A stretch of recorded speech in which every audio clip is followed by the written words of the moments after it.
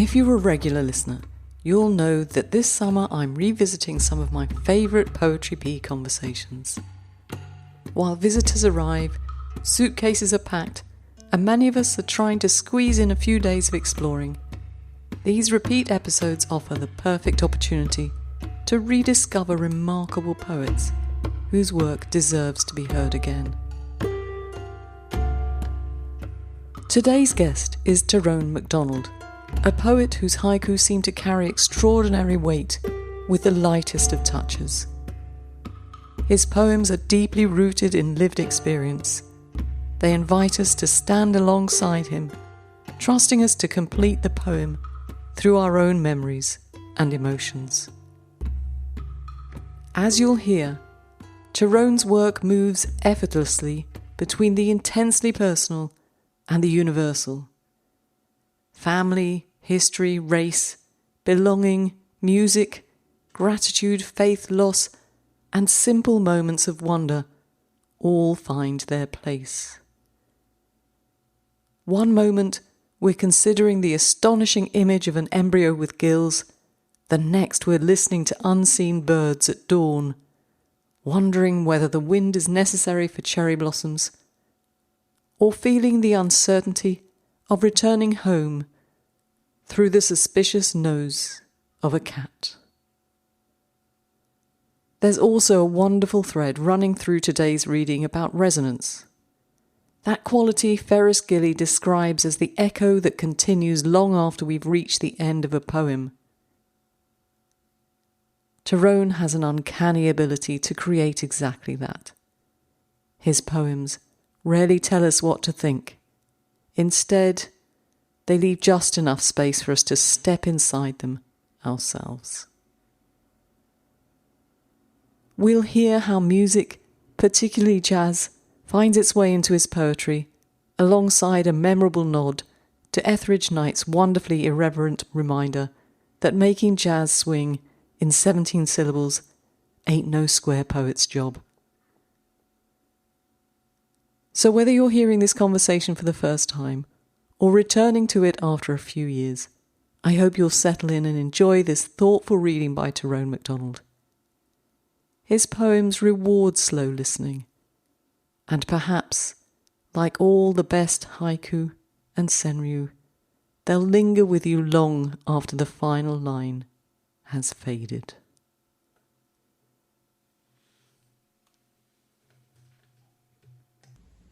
Today I'm joined by Tyrone McDonald. If you haven't read his work before, let me tell you a little bit about him. He's a terribly private poet, so here's what I've got. He's from Brooklyn, a Brooklyn resident, and his haiku and senryu and tanka have appeared in Modern Haiku, Bottle Rockets, Heron's Nest, Modern Tanka, the now defunct Raw Nerves, Black Bow, South by Southeast, Frog Pond, and Haiku Presents.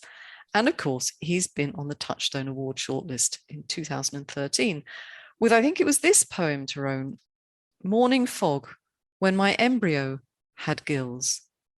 Morning Fog, When My Embryo Had Gills.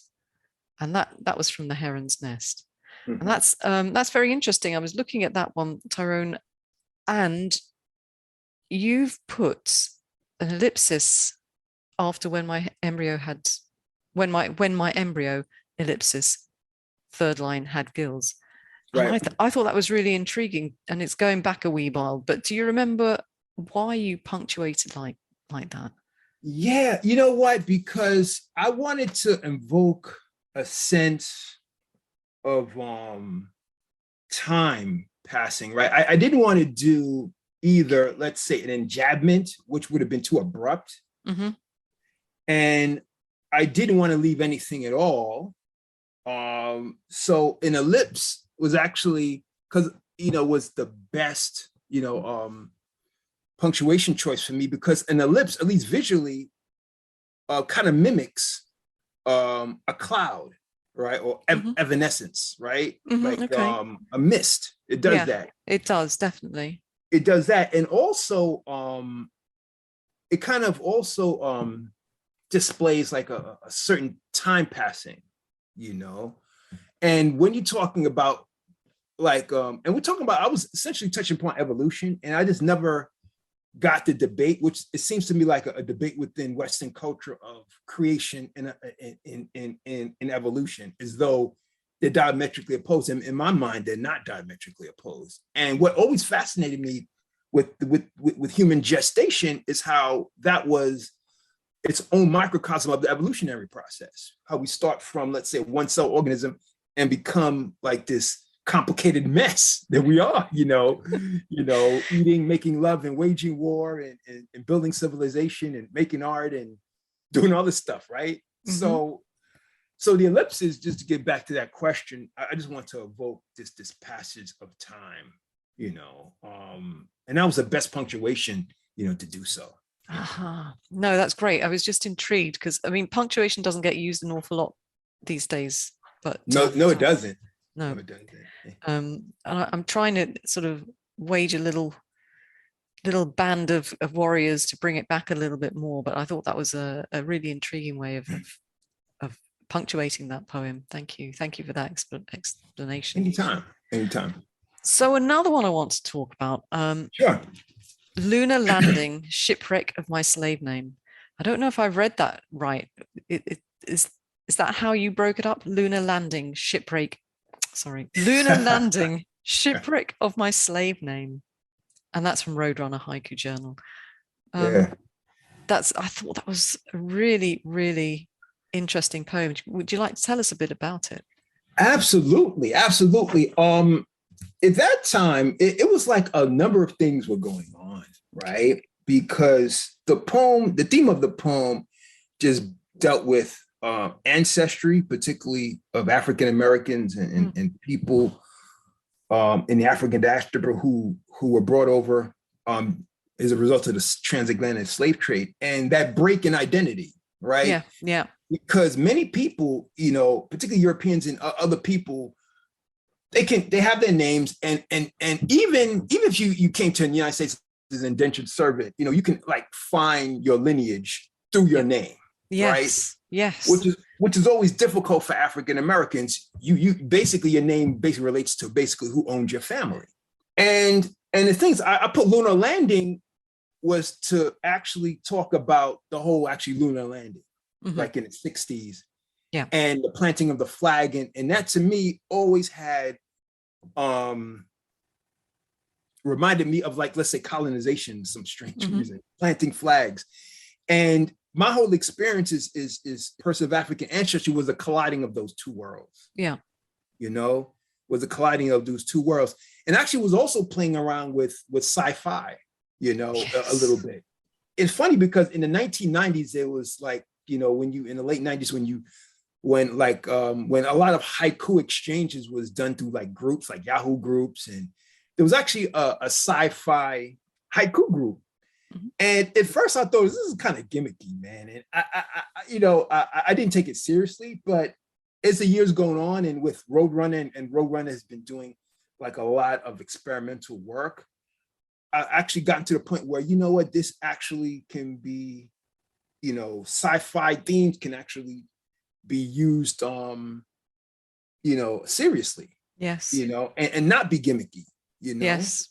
Yeah. And so that brought me to this one. So it was kind of like part, Afrofuturistic or sci-fi, Afro sci-fi, and dealing with the whole subject of ancestry. I had never really thought about it before until I read that poem. And it led to a great discussion between my husband and I. Exactly what you've just been saying. We can both trace our lineage way back to the year dot, practically, more or less, but you, as you just said, your lineage, you can take it back to the point where there was a slave owner, and I'm guessing his name was McDonald, right? And then where do you go from there? Are you able to go any further, or would it take a huge amount of work and effort, and then you'd never get anywhere? Well, as far as the most difficult part is when it comes to the historical part. Now, due to genetics, and the ancestral genetics, it's a little easier, as far as that. But then the genetics, you don't have the story. And, for for people, the story is important. Yeah. Very important, Yeah. And the story is where basically where the struggle comes in, because a lot of times, it's particularly when it comes to topics of slavery and so forth, there's a lot of shame and there's a lot of pain that a lot of times families don't want to talk about. Okay. Not just with slavery, but even after slavery, when you're talking about either Jim Crow or when you talk about some type of displacement. So there's a lot of shame and a lot of pain that families don't want to talk about. And when you do go through your family history and you reveal a lot of secrets that some people want to kept hidden. So that part is very difficult. The genetics part, doing the DNA, that makes things easier, but we still need the stories. Do you know what part of the world they originate from? Like a bulk of it, as far as the African ancestry, both of it came from Nigeria, like 43%. Okay. Nigeria, Mali, 19%, Ghana, Togo, 19%. So a lot of that, as far as the genetics, which is not, especially Nigeria being the most populous nation. So that's not surprising. Yeah.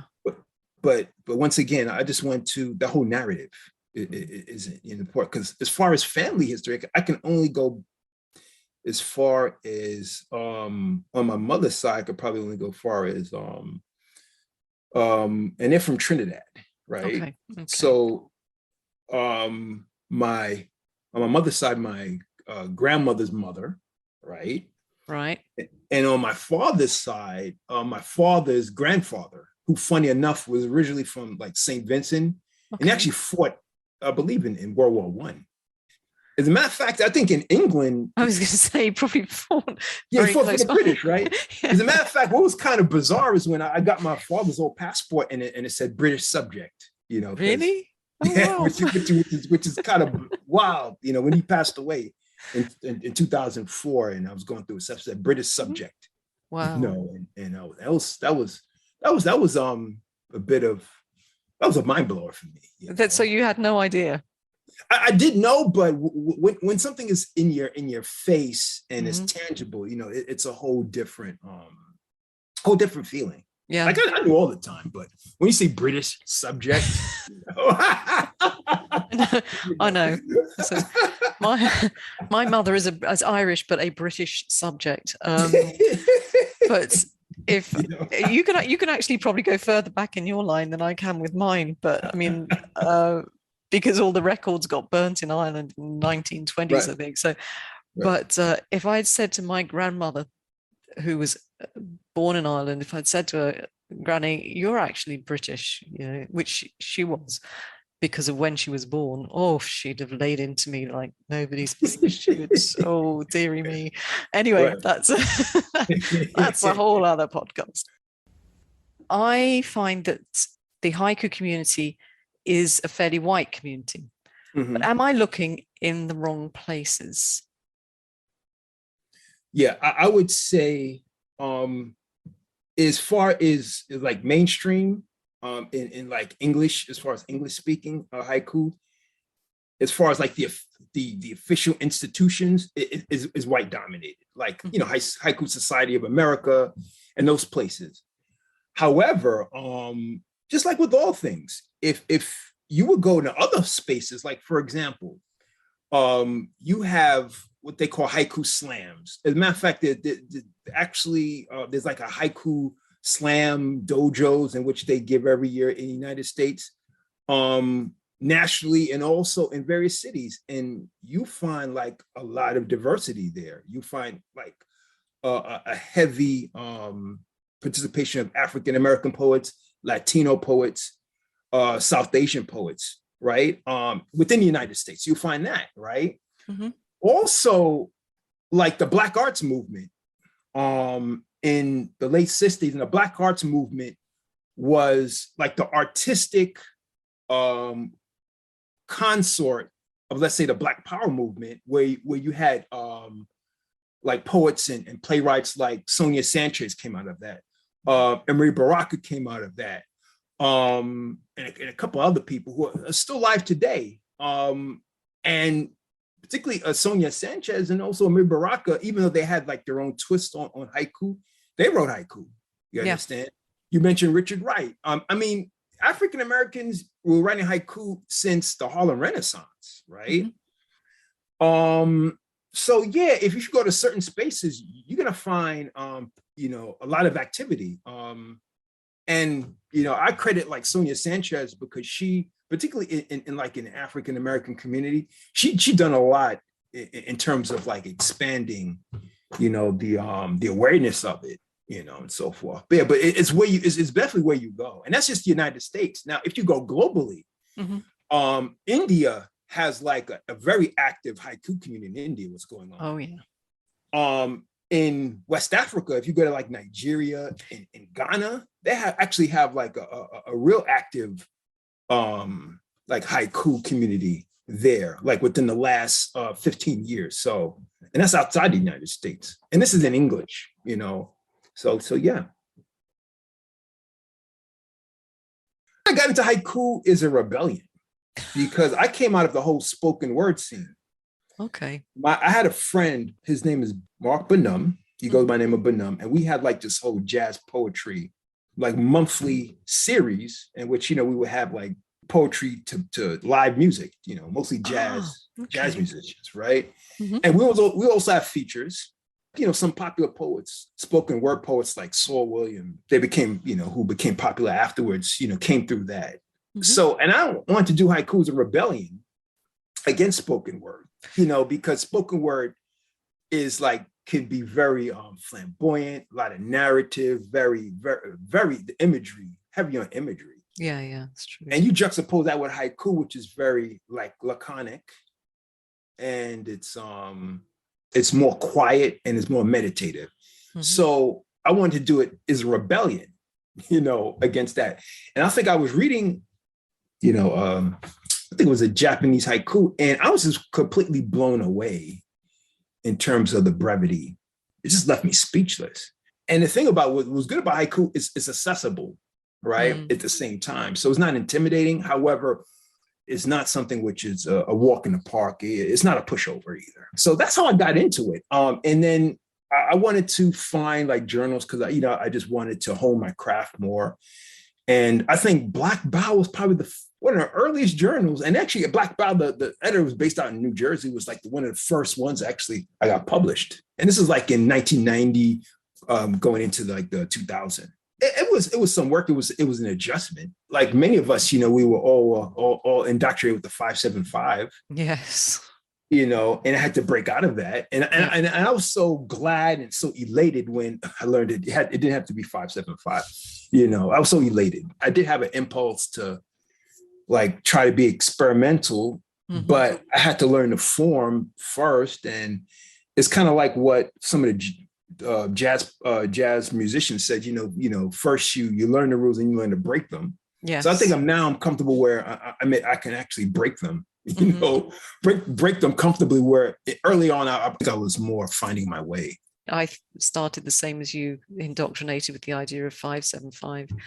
And thank goodness there was a wonderful English poet who said to me, you know, you should probably just forget that idea. You don't have to do that. Right. You'll probably find it flows much better if you just do your own thing to a certain extent within, like you said, within the form. But then I was reading today, and I'm not going to be able to read it in any way, shape or form like Etheridge Knight wrote it, but tying in that idea of 17 syllables and the jazz, putting them together.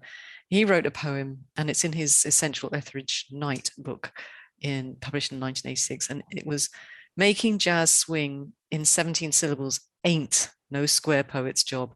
My accent's just wrong to do that, but I just read that, and you talking about the jazz, it's sort of, there seems to be sort of a more rhythmical feel about their work, a more jazz feel maybe often. Yeah. That's definitely true, because they come out of the Black Arts movement, right? And the Black Arts movement, similar to the Harlem Renaissance, which the whole point of it was like to actually draw upon the ethos of Black culture, so jazz, blues, So it was very rhythmical, very rhythmical. As a matter of fact, some people argue would debate it, would it even be called haiku? Or is it just like a shorter poem? And there's like a lot of debate on that. And that's one thing I struggle with personally, because, what is the fulcrum, right, of where something is haiku and it's something else? I've taken up enough time. People want to hear you read your poetry. Sure. So, are you ready? Would you like to kick off? The Butcher's Compliment. So soft, the sawdust under my feet. The Butcher's Compliment. So soft, the sawdust under my feet. Thanksgiving dinner. We pretend not to hear the fire engines. Thanksgiving dinner. We pretend not to hear the fire engines. No fly zone. Am I a terrorist for daydreaming? No fly zone. Am I a terrorist for daydreaming? Stars begin to fade. So much music from unseen birds. Stars begin to fade. So much music from unseen birds. I wanted to go back and have a look at the story of a couple of them. Thanksgiving dinner. In your poem, you've got this in my head, quite a tense situation anyway of a Thanksgiving dinner. And then you've added more tension by sticking the fire engines in there. And I wondered, is that like a scene from life, or how did you put that together? Yeah, it is actually a scene from life. I remember very vividly, it was Thanksgiving dinner. It was like Thanksgiving. And I was by myself because I don't personally celebrate Thanksgiving. But I was by myself, right? And I remember the sound of fire engines, right? And that struck me because in that poem, I wanted to talk about the ways in which we, as people, we block out like misery, and we block out like just unfortunate things to maintain our sanity, and also to maintain our grip on life. We just block, all these things are happening simultaneously. You have a Thanksgiving dinner in which, and you're right, many Thanksgiving dinners are actually, there's some tension, family tensions, there's family issues that you have, your brother did something, that you don't like, you got to see them again. And so you do have like that unspoken rifts there. And then going on simultaneously, somebody else is undergoing a whole tragedy, and a lot of times we try to block that out, to try to maintain our sense of happiness. So that's what I wanted to capture there. And then the butcher's compliment, so soft the sawdust under my feet. I love the way you read that second line, so soft the sawdust under my feet. I was intrigued by this one, and I'm pretty sure it probably wasn't what you had in mind. When I read it, I felt, being a woman of a certain age, that this could be written about a woman of a certain age where she's gone to the butcher's and he's given her a compliment. And it's the first time she feels seen for the first time in a long time. Because once you get to a certain age, nobody looks at you, which I think is fantastic. But some people don't like that. So I could just see that in my story, that's what was going on. What was the story behind it in your head? That was drawn from history. A lot has changed now with butcher shops or abattoirs now. A lot has changed because they're more cleaner. But there was a time in which, at least in New York City, and I'm not sure if it's the same was in England or Switzerland, but I heard Switzerland has a big reputation of being clean. Oh so yeah, very clean place. It didn't happen there. But it did in London. It did in London. But when you go to a butcher shop, don't be surprised if you have like sawdust, like on the shopping floor, right? Yeah. You got sawdust. And I remember being so soft. When you go into these shops, you have these mostly guys, and they'll have like the apron on, and the apron will be bloody or messed up, and they'll have these nice conversations with the people in the store, mostly women, because women usually come in there, for the weekly meal, get their weekly supply of meat, or for Sunday dinner, which is a big thing, at least in my community, big thing, Sunday dinner, your oxtail or your beef or whatever the case may be. And you have like this nice little conversation. So that always struck me.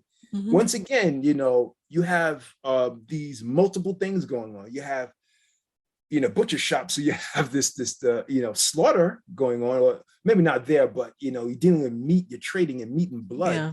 But then again, you have these wonderful personalities, compliments, how you doing today? And, and you have like these warm exchanges going on at the same time. And you have the sawdust was so soft. Yeah, it was. It was. And then the next one I wanted to ask you about was no-fly zone. Am I a terrorist for daydreaming? And I imagine that came out of the 9/11 situation, or am I wrong? Yes, you are right. 9/11, also Iraq. All right. Okay. Because I remember I actually was there. I actually saw the buildings falling during 9/11, and there was like a no-fly zone.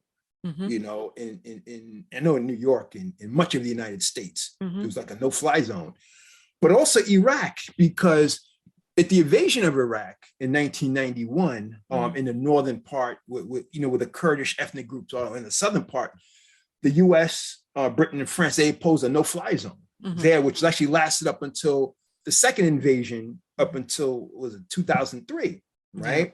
And so that whole notion of no-fly zone was actually a theme of this militarization in the culture, because after 9/11, there was at least in the US, there was a complete militarization.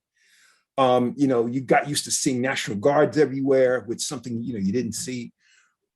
And that particular haiku was submitted for Peace is a Haiku Song, which was a mural project coordinated by Sonia Sanchez. Okay. And which she was taking various haikus submitted from all around the world. And they decided whether or not they will put this on a mural in Philadelphia. And if you ever go to Philadelphia, you should, because they have like these amazing murals. Amazing murals. And as a counterpart, they also had an anthology. So the whole thing was peace. So I wrote that just to discuss how militarized the culture was being, such to the effect that even the imagination, imagine the imagination being militarized, that if you think, even innocently, it doesn't even have to be intentional, you don't have to be intentionally political, but just innocently, think of something which is not in alignment with what the culture is, that you are deemed a combatant, you're deemed a terrorist. Yes. You're deemed, and so that's what I was playing around with, with that. Takes me back to my childhood when being Irish in London. Obviously there was a lot of terrorist activity in London, and it was the IRA. And I used to be so scared when I was on my way to school, because obviously all my school books would have my name all over them, that somebody would see my name, because a very prominent Irish terrorist has the same name as me. No relation, I would just like to point out. But just as a child, I was so scared. You said, am I a terrorist for daydreaming? And I was back on the bus to school, daydreaming out the window, but knowing that my bag with my books and my name were just next to me. So it hit me, not for the same reasons it hit you, but I thank you for that. It's really interesting where we can go with somebody else's work. It's wonderful. Should we go into our next selection? The man who left is the man who came home. My cat sniffs anyway. The man who left is the man who came home. My cat sniffs anyway. Shrine for Shango, for the ladybug, a cemetery. Shrine for Shango, for the ladybug, a cemetery. I was interested in the culture, possibly the cultural reference Sure. in this one. Tell us about Shango. What is Shango? Well, Shango is one of the Orishas, right? And Orisha is a spiritual system out of present Nigeria, West Africa, and also Benin, right? Okay. And it's over 401, and Shango is one of the primary ones. And actually, Shango has actually survived the transatlantic slave trade in modern Caribbean, parts of America, Brazil, and so forth. Because you have like the spiritual story, mm-hmm. and then you also have the historical story. Now, Shango was actually a king in the Oyo Empire, which is actually in present-day Benin. In the Orisha spirituality, Shango represents dominion, authority, your personal power, mm-hmm. all right, affiliated with things like lightning, and also the double axe. Mm-hmm. Like that's one of his implements is the double axe. Mm-hmm. Okay. And his colors are normally red and white. All right. Shango is known for being very strategic. He's also lover of life itself. Like dance is also one of the things affiliated with him. In Nigeria, there's a drum called a bata drum, a specific drum, which is the drum of Shango. So dance and so forth. So in this instance, I was given by an Orisha priest. He was also he does like a lot of woodwork, and he actually made like the double axes of Shango in red and white and gave it to me, right? And one day it was like a ladybug actually passed away near the axe, because the axes below there was like this red cloth. And the ladybug passed away. Mm-hmm. And it caught me because the ladybug looked so at peace, even though it passed away. It looked so at peace, like it belonged there. Yeah. Just the whole color arrangement. Yeah. And it just struck me as that here is something which is actually a symbol to remind me that you have personal power, not absolute power, but you also have personal power. Mm-hmm. You have choice. You're not completely a victim. Yes. And you have this ladybug who actually passed away, who actually chose to pass away on this thing. So it was a cemetery for this ladybug. So it just struck me of the perspective of life. Yeah. For me, it went one thing. For the ladybug, it was a cemetery. I sometimes write haiku with a reference that somebody would have to go to Google and look up. And I sometimes worry that that's not in keeping with the haiku tradition. Mm-hmm. I had to go and look up Shango, which was really interesting. Thank you. Mm-hmm. But how do you feel about that? Do you think it's still valid to use a reference that somebody has to go away and research in your haiku? What are your thoughts on that? Like, I never seen it as a conflict, because the thing is that as global haiku becomes, we're going to run into like certain references or certain items and objects in which we may not be necessarily, privy to, so, even if it's within the English language, we're not necessarily be privy to. So I just never, just seen that as an obstacle. Good. And also, this is not the first time the Orisha has actually been mentioned in haiku. As a matter of fact, Elizabeth Sarah Lamb, she did a renku, which discussed her experience in Nigeria. Okay. And in that haiku, she actually referenced Legba, who's the Orisha of the crossroads, and she also referenced Ifa, which is the divination system, but also the Orisha actually governs divination. So she actually referenced that years ago. I'm going to have to look that up now. Yeah. It was actually in a haiku handbook by Higginson. Learning gratitude. A gentle breeze on an August night. Learning gratitude. A gentle breeze on an August night. Geese going, gone, the thought of filling my father's shoes. Geese, going, gone. The thought of filling my father's shoes. Now, I put those together because of the Kegos. Right. The first thing I wanted to ask you was, how do you feel about seasonal word in haiku? Do you think they're necessary? I don't think they're always necessary, and this is my personal opinion, always necessary. However, I use them personally because I always want to point out like our direct influence and also our direct like synchronicity with the natural world, you know, and the natural seasons. I also want, to point that out. So I use them, you know. Sometimes it may be a little bit more subtle. So rather than saying that talk about a snowflake, I may talk about goose down coat, you know. So I may not necessarily be as direct, but I know I personally like to use that, and I hope that continues. Do I always use it? No, I necessarily always use it. The Geese Going Gone poem, Geese Going Gone, the thought of filling my father's shoes, brought a lot of comment. And I'm so grateful again to Kurt for telling me. And I don't know if this was in your head, but it passed me by. I live near a lake and I often go down to the lake at the time when the geese are migrating. I had that season in mind. I had that picture in mind. But he told me that the going gone is a sort of baseball terminology possibly. And that this poem seasonally for him was baseball playoff seasons. Was that in your mind when you were writing it? Yeah, actually, he is right. Like the whole term is actually when somebody hits a home run. I was still discussing the geese, but I was just creatively playing around with it. But yeah, he is right. He's right.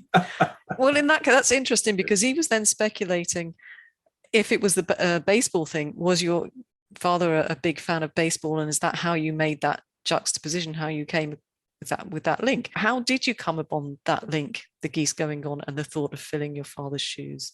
Geese deal with migration, and the thought is, as we all do, is what will happen if your parents pass away, and are you up to the challenge of continue their legacy? Yeah. Or filling in their shoes, whether it's being the foundation of your family, whether it's honoring their wishes, whatever the case may be. So that's what came to me, when I and I remember because currently live in Brooklyn. Not too far in Brooklyn, you have Jamaica Bay, where you have like a lot of animals and so forth. So it's not unusual, even though we're in an urban area, and I was always caught by like geese, just migrating. And when it would go, I felt it was filled with like this emptiness and this little sadness, like when they would go. Yeah.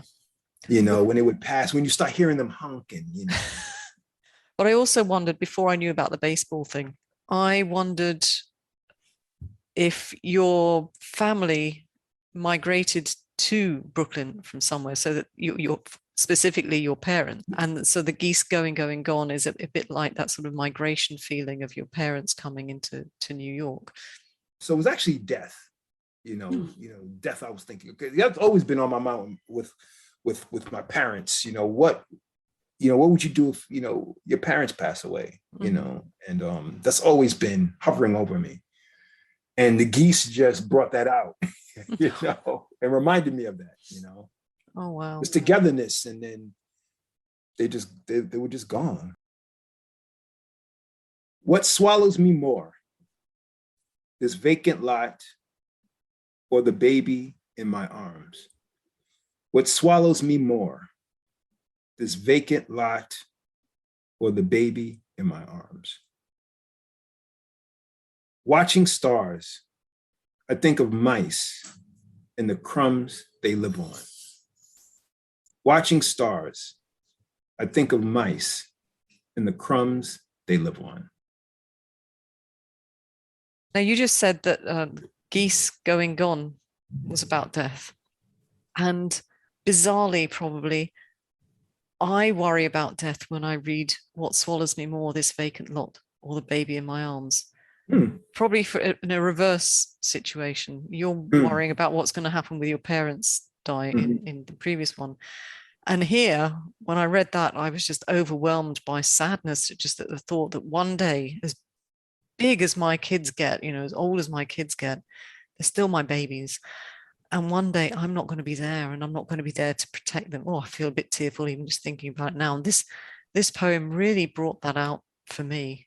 But maybe that's probably not what you were thinking when you wrote it. Let me tell you the story behind that poem. There's a photographer, right? African American photographer by the name of Roy DeCarava. You know, he's born in Harlem, and you know, he worked with the WP, the workers, the WP workers. Can't remember what the PA stands for, but it was basically for artists during the Great Depression. They employed artists, and he was part of that. Okay. So he had a photo called Graduation, in which he had, it was a Black woman it was a black and white photo in a wedding dress, and it was sparkling white, and she was in this vacant lot. And that photo always stuck with me. Okay. And it always stuck with me, right? So one day in Brooklyn on Church Avenue, I was walking, and I actually saw a young man. He was probably a teenager, holding a baby, and he was in front of a vacant lot, right? Being that I was already, you know, predisposed and impacted by Carava's photo, that image of the young man holding his baby caught my eye, and that's how I wrote that. So you have two situations here. You know, he was so absorbed, you know, by his brother and taking care of his brother and nurturing his brother, and then he was right next to a lot which was visually swallowing him. So that's how that poem came about. You know? But you aren't too far off. But also what I wanted to talk to you about with this one is, well, both of these, What Swallows Me More and Watching Stars, I think of mice and the crumbs they live on, is that they're one, to me anyway, they're one image poems. I had a question asked to me, and actually it's not just about your poems, but I get asked a lot. How is it one image haiku get published? Because I think a lot of people don't like them. They don't see them as haiku or senryu. Right. Again, we go back to that discussion we were having before. What is haiku and what is micro poetry, whatever. But I want to stand up for the one image poem. I think they are very valid as haiku or senryu. They have to work harder, perhaps, and you have to be more skillful to make them work. I think Ferris Gilli said about them, a skillful poet can achieve resonance with a single topic poem. However, because it's difficult to create resonance without effective juxtaposition, she advises beginners to first become proficient at writing two-part haiku. What these poems show us is that you are strong as a haiku poet, and you can use that one image and create haiku from it. I wondered, what are your thoughts on the one image idea? Yeah. Actually, if you look closely within the one image, there is a juxtaposition, right? Okay. There is a split. There is a kerigi. However, the kerigi is with the image itself, right? There's usually some type of transition, but it's very subtle. There is a juxtaposition there. And I do agree with you that what also makes a one image poem works is you have to have what they call, like, lack of a better word, haiku or some type of transcendence where expands your awareness. Yes. You understand? Definitely expands your awareness. So with the first one, you know, What Swallows Me More, the vacant lot. So you have the juxtaposition of a vacant lot, the image, you have a vacant lot image, and then you have an image of a baby in somebody's arms, right? Yeah, okay. So there is a juxtaposition there, but it is a little bit more sleight of hand, you know, than other poems, which are, you know, is much more obvious. You know, the break is much more obvious. Yeah. I suppose the same could be said of Watching Stars as well. Before we finish, though, I wanted just to share something that one of our community wrote to me when she found out that I was talking to you. Marcia Moldovan wrote to me and said, "This is my favorite of Tyrone McDonald's poems," and I'll just read it to you. Yeah. "I wonder if wind is even necessary. Cherry blossoms. I wonder if wind is even necessary. Cherry blossoms." and that's from The Heron's Nest. That's another beautiful one. And it's so hard to write an original, interesting blossom poem, isn't it? It is. It is. And one thing, like the rebellious streak in me, for many years, I actually stayed away from cherry blossom poems because I didn't want to seem like a poser. You know, I didn't want to seem like a poser. I didn't want to seem like I'm a Nippon philic. You know, I didn't want to seem like that. And I said, if I'm going to write a cherry blossom poem, it's going to have to be authentic to me.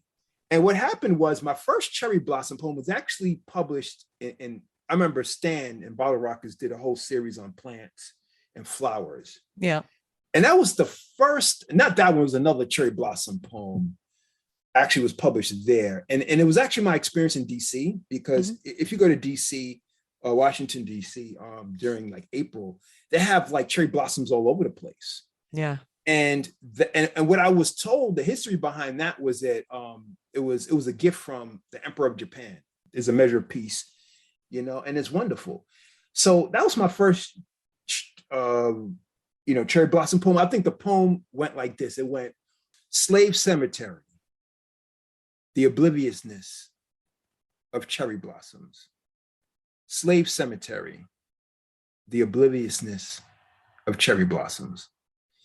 And because also while I was in DC, there was also a book regarding unnamed like slave cemeteries in DC. So when I was there and I saw all these, cherry blossoms, this lovely landscape, I said to myself, you know what? There's some slave cemeteries here, and that's what brought the poems. That was actually my first cherry blossom poem that I ever wrote. And what happened is that as the years went by, people started planting them in the neighborhood. So it wasn't something which I was estranged to. But something which actually was part of my everyday life. So, Tyrone, it's been an absolute pleasure talking to you.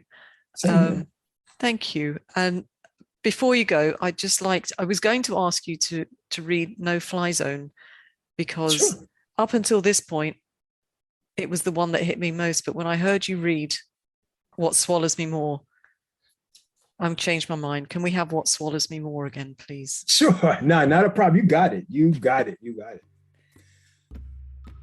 What swallows me more? This vacant lot or the baby in my arms? What swallows me more? This vacant lot or the baby in my arms?